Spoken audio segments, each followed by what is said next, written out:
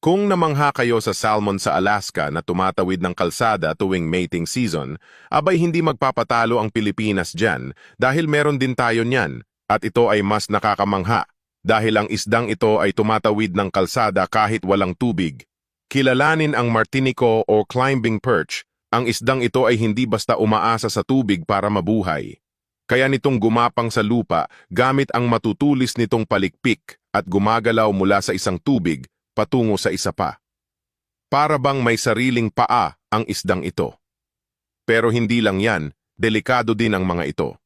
Kapag may predator tulad ng ibon, pagong o mas malaking isda na susubok kainin ito, may matutulis itong gilid sa mga palikpik at takip ng hasang.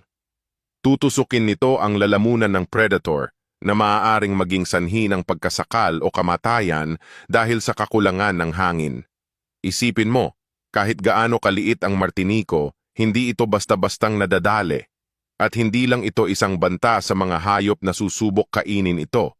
Pababa na ngayon ang Martinico patungo sa Australia at ayon sa mga sayentipiko, kapag dumami ito doon, maaari nitong guluhin ang buong balanse ng kalikasan sa lugar.